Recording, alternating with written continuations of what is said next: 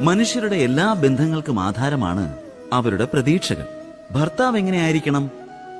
എന്റെ ജീവിതം സുഖവും സുരക്ഷിതവുമാക്കുന്നവനാവണം. പത്നി എങ്ങനെയായിരിക്കണം?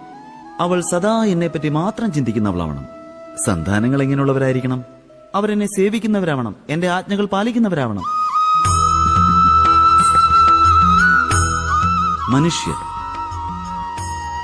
മനുഷ്യർക്ക് അവരുടെ പ്രതീക്ഷകൾ സാർത്ഥകമാക്കുന്നവരെ മാത്രമേ പൂർണ്ണമായും സ്നേഹിക്കുവാൻ കഴിയുകയുള്ളൂ. എന്നാൽ പ്രതീക്ഷകളുടെ വിധിയാണ് ഭംഗം വരിക എന്നത്.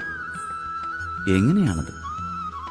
കാരണം പ്രതീക്ഷകൾ മനുഷ്യരുടെ മസ്തിഷ്കത്തിലാണ് ജന്മമെടുക്കുന്നത്.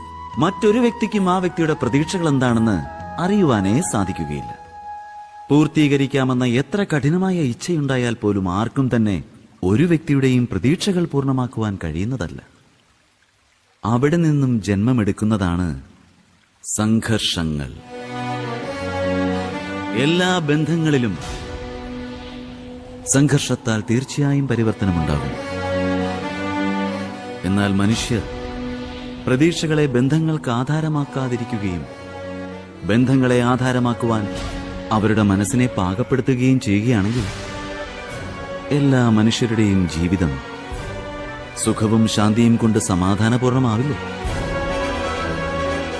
ഇതേപ്പറ്റിയും ഒന്ന് ആലോചിച്ചു നോക്കിയാലോ?